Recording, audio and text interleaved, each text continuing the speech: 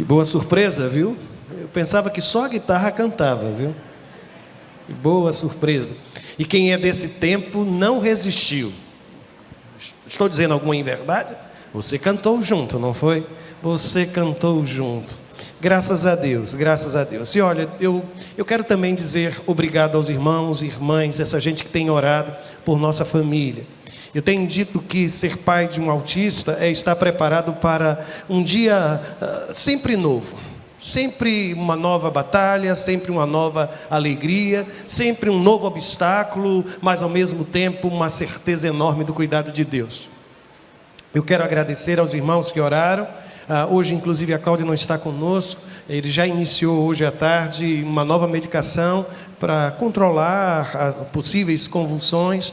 E a gente está em observação, aguardando agora os próximos passos. Mas agradeço firmemente ao Senhor por Ele estar nos dando toda a sua proteção e graça ao longo deste tempo. 2 portas, 2 caminhos, 2 destinos. Você pode dizer isso comigo? 2 portas, 2 caminhos, 2 destinos. Hoje pela manhã nós conversamos sobre as portas. Mas hoje eu quero falar-lhes sobre caminhos e destinos. O texto bíblico ainda é o mesmo, Mateus capítulo 7, versos de 13 a 14. E uma palavra de orientação aos irmãos: eu não estou nas redes sociais, viu? Aqui está o esboço do sermão do pastor, que os irmãos hoje pela manhã souberam que meu iPad foi arrebatado. Coloquei ele em cima do carro e dirigi lá da Barra de São Miguel para cá. Não deu outra. Quando cheguei aqui em Maceió, ele tinha sumido. Não sei o que ele resolveu fazer. Mas aqui está o texto. Mateus capítulo 7, versos de 13 a 14. Jesus está chegando ao final do Sermão do Monte. Ele está preparando a conclusão. E então ele olha para os discípulos e diz assim: entrem pela porta estreita, pois larga é a porta e amplo o caminho que leva à perdição, e são muitos os que entram por ela. Como é estreita a porta e apertado o caminho que leva à vida. E aí ele diz que são poucos os que a encontram. Em função das palavras que acabei de ler, eu tenho uma palavra de advertência para mim e para você na noite de hoje. Se o caminho for muito amplo, desconfie. Eu vivo hoje uma fase da minha vida, e por favor, eu não tenho vocação ao sofrimento, nem me deleito na dor.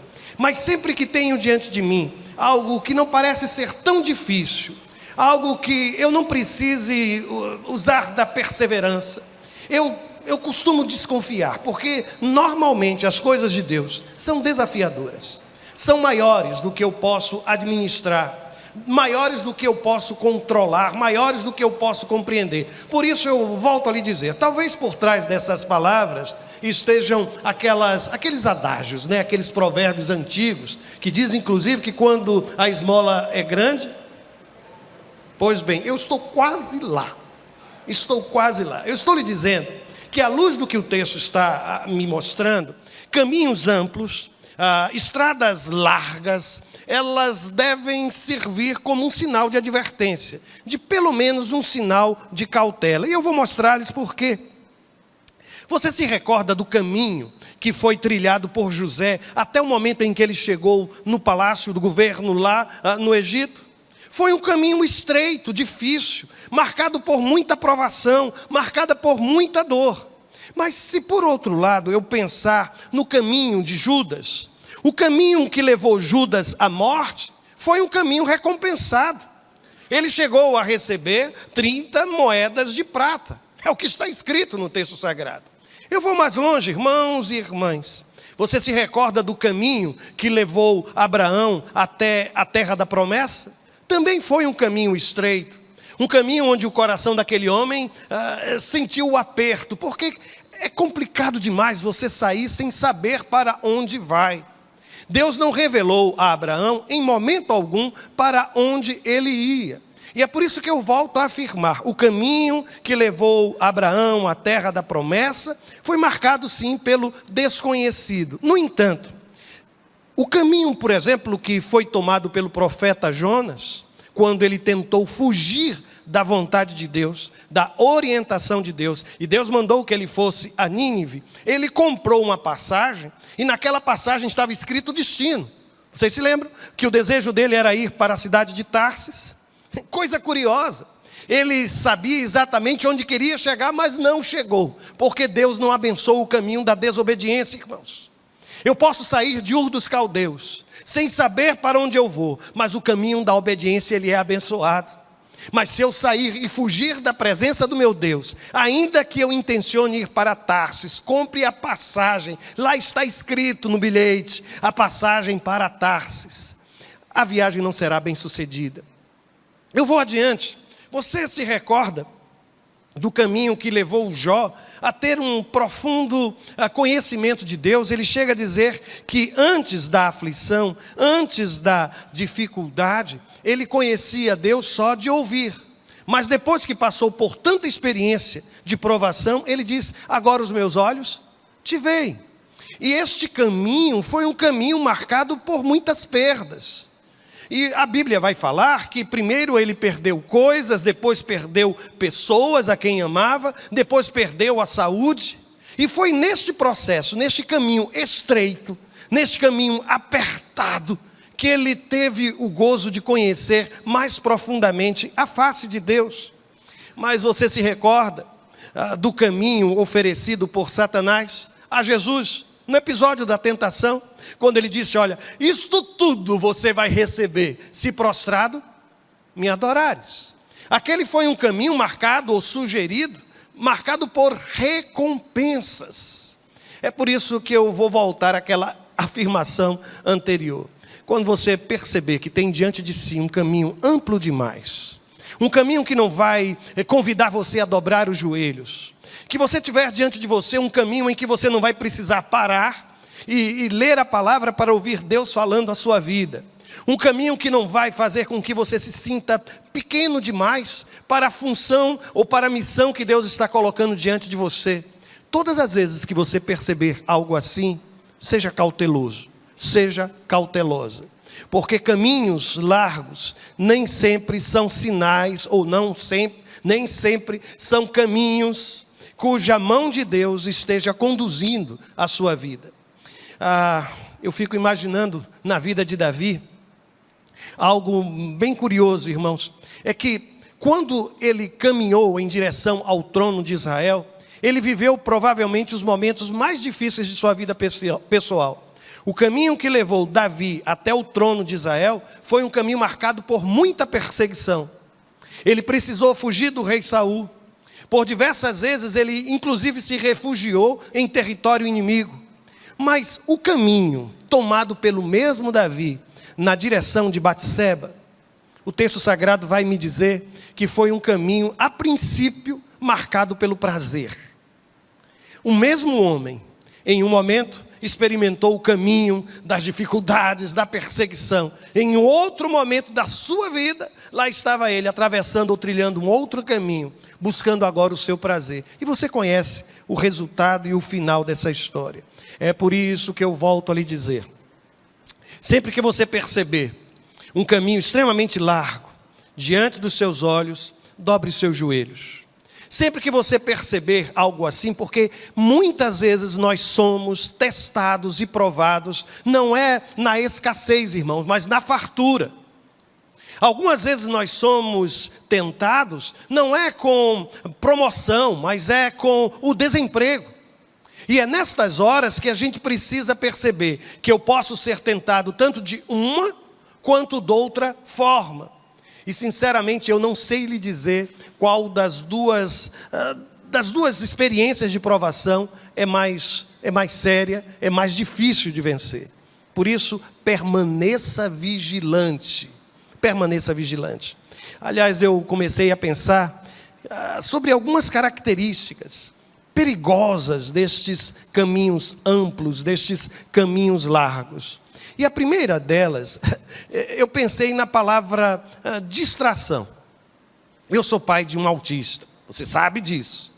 Aliás, quando do sepultamento do Cícero e eu me aproximei do corpo para o momento da celebração do culto, quem estava lá deve recordar que eu disse que aquele é para mim talvez o maior medo de um pai de meninos e meninas ainda adolescentes e crianças. E fui mais longe. E eu disse que ali eu estava diante do maior medo do coração de um pai de um autista. Porque o pequeno Samuel também é autista. E quem conhece a história sabe. Ele normalmente ficava lá atrás com o seu papai abraçado. E ele, de alguma forma, acolhendo, fazendo com que ele se sentisse mais seguro. Não sei quantos dos irmãos ou irmãs perceberam isso. Mas uma das coisas que eu observo no comportamento do meu filho é que quanto maior são os estímulos, maior é a distração e a dificuldade dele se concentrar. Um quarto de um autista, se você for conversar com gente que conhece um pouco disso e deste mundo, ele não deve ter muitos estímulos, para que ele não se distraia. Eu penso que quando o caminho é amplo, a possibilidade de distração é enorme. Eu acabo perdendo aquilo que é o foco. Quando o caminho é estreito, eu dificilmente vou desviar os meus olhos daquele que é o meu objetivo. Eu sei que às vezes a gente olha para os animais que caminham com antolhos e às vezes criticamos e olhamos para um homem, para uma mulher e desafiamos aquele homem, aquela mulher: tire os antolhos para que você possa enxergar a amplitude à sua volta. Sinceramente, eu estou vivendo num tempo que, se eu pudesse, eu ia dizer a algumas pessoas: por favor, coloque antolhos, para que você pare de desviar os seus olhos daquilo que é o propósito de Deus para a sua vida. Para que não aconteça com você o que aconteceu com Davi, que olhou para os lados e de repente percebeu a figura de Batseba e desejou aquela mulher. Às vezes, irmãos, nós perdemos o foco, nós perdemos a concentração, e caminhos largos são assim. São caminhos que oferecem as mais diferentes distrações, e de repente você está no meio de um caminho e se perde porque já não sabe mais para onde vai. Há um texto sagrado que para mim ele é extremamente precioso. O autor do livro de Hebreus, ou da Epístola aos Hebreus, ele diz o seguinte: corramos com perseverança a corrida que nos é proposta. E depois ele diz: tendo os olhos fitos em Jesus. Quando o caminho é estreito, e eu não sei se você já percebeu, todas as vezes que você passou por provações na sua vida, os seus olhos se concentraram na figura de Jesus. Porque é isso que está escrito. E aí o texto diz: olha, os meus olhos, os seus olhos precisam estar fitos em Jesus, fixados no Senhor, fixados no Senhor. Mas eu continuei a pensar sobre estas características de um caminho amplo. E para mim, uma das coisas que Jesus coloca é que caminhos estreitos e caminhos amplos, eles têm um sinal de diferença. No caminho estreito, a experiência de solidão. Nos caminhos amplos, a experiência de multidão. E eu não sei se você é uma pessoa que tem dificuldade de afirmar suas convicções quando a multidão à sua volta diz exatamente o contrário. Eu não sei se você é alguém que tem dificuldade em afirmar aquilo que é um valor na sua vida, quando aqueles que estão à sua volta questionam isso. Quando eu percebo, Jesus está descrevendo alguém que está caminhando num caminho amplo, e diz o texto sagrado que são muitos aqueles que caminham ao lado deste homem. E o curioso é que nós estamos vivendo num tempo em que, se muita gente faz, então é correto. Se pouca gente faz, então não é correto. Há um critério que é o critério da multidão, mas eu sou alguém que continua dizendo que o certo é certo, mesmo que poucos estejam a fazer. E que o errado é errado, mesmo que muitos estejam fazendo. Só que nesse caminho amplo, parece que a gente encontra apoio para alguns comportamentos, algumas posturas, algumas declarações, porque a gente tem muita companhia. E sinceramente, às vezes, a gente não quer pagar o preço de estar sozinho ao lado de Deus, de estar sozinho na presença do Senhor. A gente tem medo de dizer não, a gente tem medo de parecer uma figura estranha dentro dessa sociedade em que vivemos. Quando o povo de Israel entrou à terra da promessa, uma das coisas que o Senhor fez questão de dizer aos israelitas é que, de fato, Eles estavam entrando naquela terra, mas precisavam saber que Deus estava abençoando o seu povo, não porque eles fossem melhores. E aí o texto sagrado vai dizer assim, olha, e não andeis nos costumes das nações que eu expulso diante de vós. E esse texto sinaliza o porquê Deus estava entregando aquela terra ao povo de Israel. E aqui não é mérito do povo de Deus. Mas o que é que o texto está dizendo? Porque fizeram todas estas coisas, portanto fui enfadado deles. Deus estava aplicando a justiça para aquelas nações que viviam naquele espaço, naquela terra. E aí o texto diz, olha, vocês estão entrando aqui, mas não andem nos costumes destas nações. Não repitam a história. Não passem pelas mesmas situações, não promovam as mesmas coisas.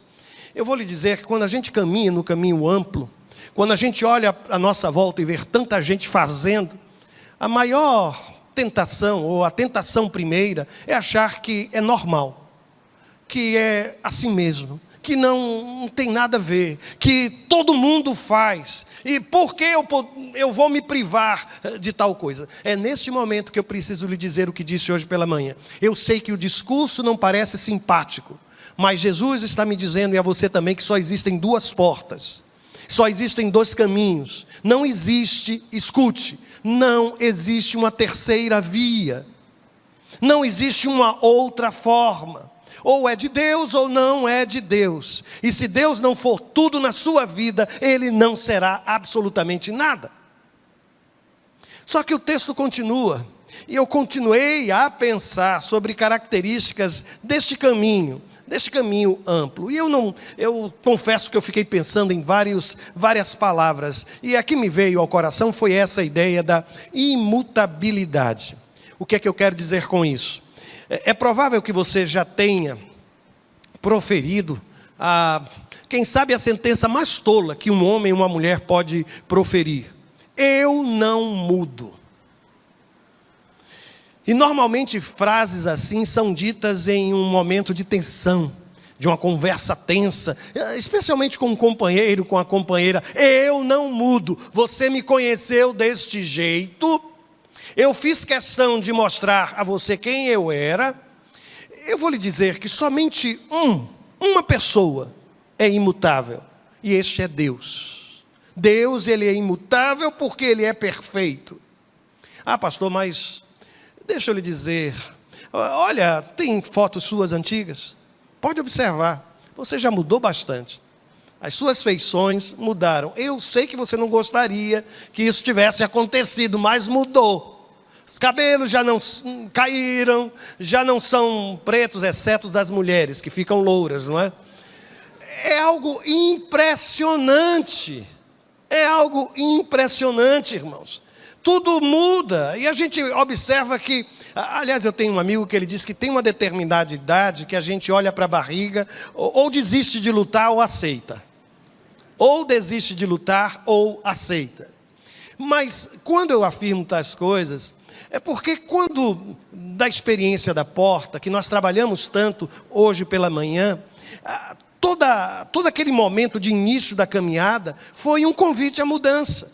O novo nascimento, aquilo que Jesus coloca diante de mim e de você, é um convite à mudança. É quando Deus olha para mim, olha para você e diz, olha, eu te amo incondicionalmente. Você acredita nisso? Que Deus ama você, mas incondicionalmente. Que não há nada que você possa fazer que destrua o amor que Deus tem pela sua vida. Só que esse amor que Deus tem por mim, por você, e quando Ele me olha imperfeito, sabe, Ele espera que amanhã eu me torne um filho melhor. Ele espera que amanhã eu acorde disposto a servir, a perdoar, a amar. Ele espera que amanhã eu dobre os meus joelhos e converse com Ele. Ele espera que amanhã eu passe mais tempo lendo a Bíblia, a palavra que Ele entregou para encher o meu coração. Deus nos aceita como nós somos? Sim. Mas nós não permanecemos como somos na presença de Deus. Entrar neste santuário e sair da mesma forma. Entrar neste lugar, adorar o Senhor, cantar louvores, mas... sair deste lugar e começar a usar a língua, a voz, as palavras para amaldiçoar alguém, para mentir e não dizer a verdade, para pronunciar palavras que são tão chulas. Isso não é a vontade de Deus para a minha vida e não é a vontade do Senhor para a sua vida também. Mas quando a gente está no caminho largo, parece que a gente não precisa mudar nada, não é? A gente encontra tanta gente e a gente começa a olhar para os lados e diz, aquele ali, na igreja, pastor, tem gente pior do que eu conheço lá fora. E o pior de tudo é que eu escuto isso de você e vou precisar concordar. E querem saber por quê? Porque o lugar mais fácil de encontrar pecadores é dentro da igreja.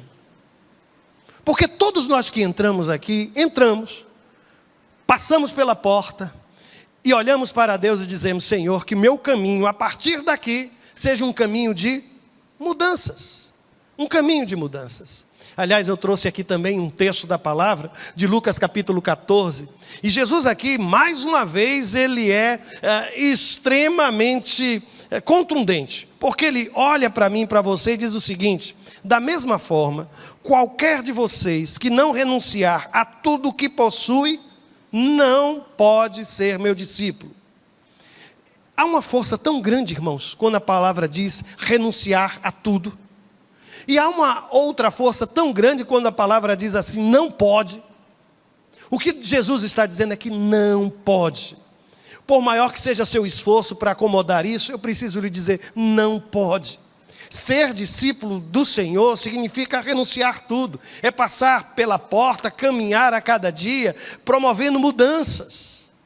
Não se contente com aquilo que você é. E eu sei que há muita gente hoje dizendo que a sua felicidade vai ser alcançada quando você se aceitar como você é. Eu quero lhe dizer que a sua felicidade vai alcançar o seu coração. A felicidade vai alcançar o seu coração quando você se tornar a pessoa que Deus quer que você seja. Porque se parecer comigo é muito fácil, irmãos. Eu me acomodo. E eu começo a pensar na pessoa que eu gostaria de ser. E não há desafios nisso. Mas quando eu olho para os céus e penso que o meu Senhor olha para mim e olha também para você e diz, você é um escolhido. Você tem uma missão. Você é alvo do meu amor. Por você eu entreguei o meu filho para morrer na cruz do Calvário. Gente, não tem como não reagir a uma palavra como esta. É por isso que o texto diz que caminhar nesse caminho estreito é caminhar na perspectiva de mudanças. Agora, o grande problema desses dois caminhos, sinceramente, irmãos, o grande desafio é que os dois caminhos revelam a sua diferença somente no final. Não é o que o texto vai dizer? Observe se não é. O texto diz, entrem pela porta estreita, pois larga é a porta e amplo o caminho que leva à perdição, e são muitos que entram por ela. Aí o texto diz que este caminho leva à perdição. E às vezes a gente só percebe no final de alguns processos. O texto continua e vai dizer, como é estreita a porta e apertado o caminho que leva à vida, são poucos os que a encontram. O destino está ali. Há um caminho que leva à perdição e há um caminho que leva à vida. Mas o que acontece é que, na maioria das vezes, a gente só descobre tarde demais o prejuízo. Eu vou mostrar-lhes por quê. No livro de Provérbios, no capítulo 14, no versículo 12, está escrito assim, que há caminho que parece certo ao homem, mas aqui está a grande dificuldade, irmãos. Quando é que ele se revela desastroso? No final. Somente no final. Aí o texto diz, no final, conduz à morte. Eu tenho encontrado muita gente bem intencionada. Tenho encontrado pessoas que têm tomado decisões, imaginando que são decisões acertadas. Tomaram como conselheiros os seus companheiros de caminhada. E se esqueceram de olhar para os céus e dobrar os joelhos e perguntar a Deus, qual a vontade do Senhor para a minha vida, qual a vontade do Senhor para a sua vida. E o resultado é o desastre.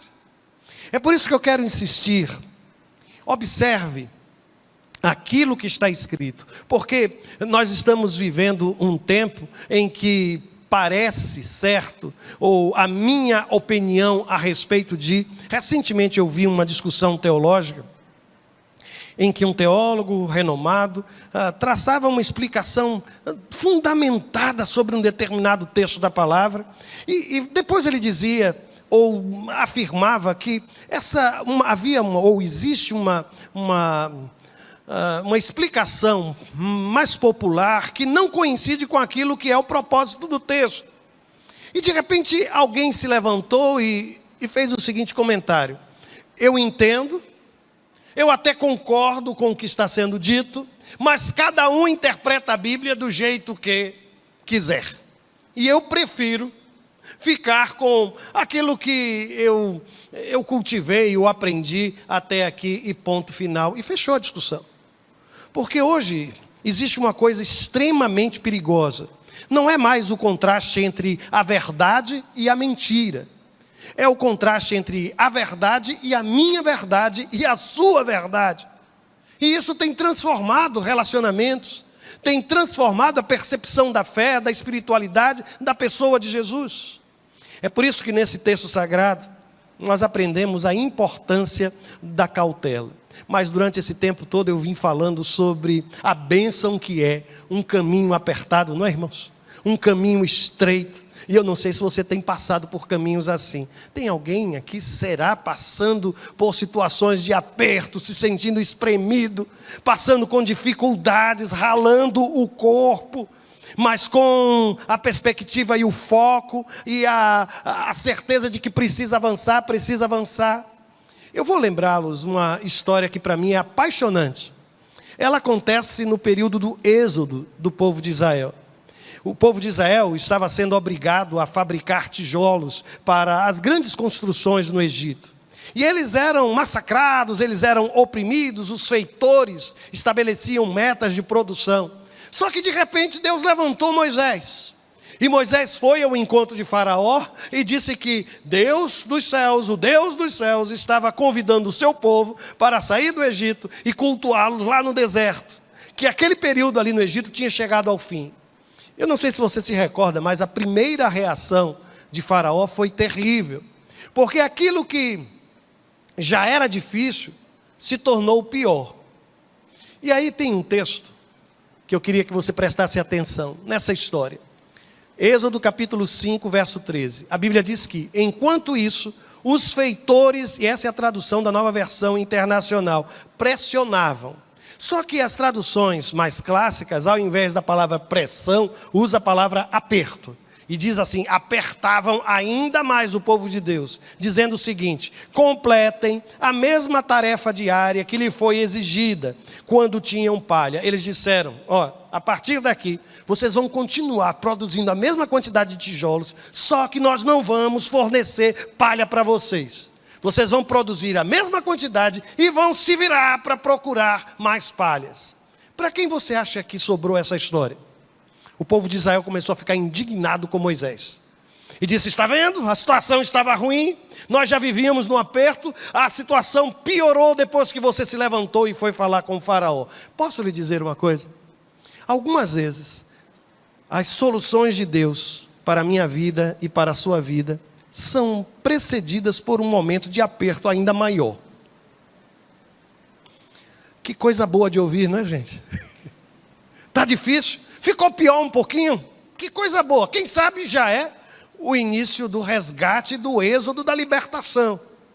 Eu não sei se você já observou, mas algumas coisas, antes de dar certo, pioram. Algumas vezes, antes de responder a minha oração, as coisas parecem, agora já estava ruim, piorou. E agora, o que é que nós vamos fazer? É aí nessa hora que o nosso joelho fica mais uma hora na presença de Deus. A gente compartilha, a gente testemunha. E com o povo de Deus não foi diferente. Aquela história que já era difícil, aquele momento do aperto. O aperto pode ser um sinal de libertação, irmãos. As dificuldades podem ser exatamente um sinal de que algo novo está para acontecer. Mas eu vou adiante. Quando eu vejo essa história e me lembro dessa história, eu também gostaria de lhe fazer um convite. E qual é o convite? O convite de viver pela fé. Hoje, enquanto pensava, enquanto escrevia, eu cheguei inclusive a publicar nas redes sociais uma expressão que parecia traduzir o sentimento da minha alma. Viver pela fé é descobrir que o impossível, muitas vezes, é só uma questão de tempo. Que Deus nos faz mais fortes do que pensamos. E provavelmente você já deve ter tido essa percepção. Você até hoje não sabe como foi que conseguiu superar tudo aquilo. E além disso, viver pela fé não somente nos faz mais fortes do que pensamos, mas nos mostra que toda dor, por mais intensa que seja, ela é passageira. É isso que significa viver pela fé. A gente não sabe, irmãos, quantas curvas virão. A gente não sabe quantos processos vamos viver. E deixe-me falar com você que está passando por um processo de terapia, um processo de medicação, está vivendo uma série de intervenções na sua vida. Eu quero lhe dizer que viver pela fé é acreditar que Deus vai usar a quimioterapia, que Deus vai usar a assistência que está sendo dada ao seu filho, que Deus vai usar tudo que está envolvendo a sua vida nesse momento para a glória dEle. Nós precisamos crer nisso, irmãos. E vou adiante. Se você hoje pela manhã estava aqui, e eu disse, você quer saber qual é a porta? E aí eu lhe ofereci uma resposta. Lembra-se quem era a porta? Jesus. E se você hoje me perguntar quem é o caminho? Sabe qual é a minha resposta? Jesus. Jesus, ele não vem como um sinalizador do caminho. Ele não está à beira do caminho, dizendo, é por aqui, venha por cá, dobre à direita. Não é essa a imagem que ele utiliza. No texto do livro de João, do Evangelho de João, capítulo 14, versículo 6. Você pode ler comigo o texto? Respondeu Jesus, eu sou o caminho, a verdade e a vida. Ninguém vem ao Pai a não ser por mim. Nós cometemos dois grandes erros quando pensamos neste verso. Sabe qual é o primeiro? É quando a gente substitui o definido pelo indefinido. É quando a gente substitui o caminho, a verdade e a vida. A gente suprime, eu sou o caminho, verdade e vida. E a gente acaba perdendo de vista a unicidade de Jesus. E o segundo grande erro que nós cometemos é quando a gente troca isso aqui. Ninguém vai ao Pai senão por mim. Não é vai. É o que, irmãos? Vem. Por quê? Porque eu e o Pai, o que é que ele diz? Somos um. Jesus, quando ele me convida a caminhar, ele está dizendo, eu sou estrada. Eu sou estrada, eu sou o caminho.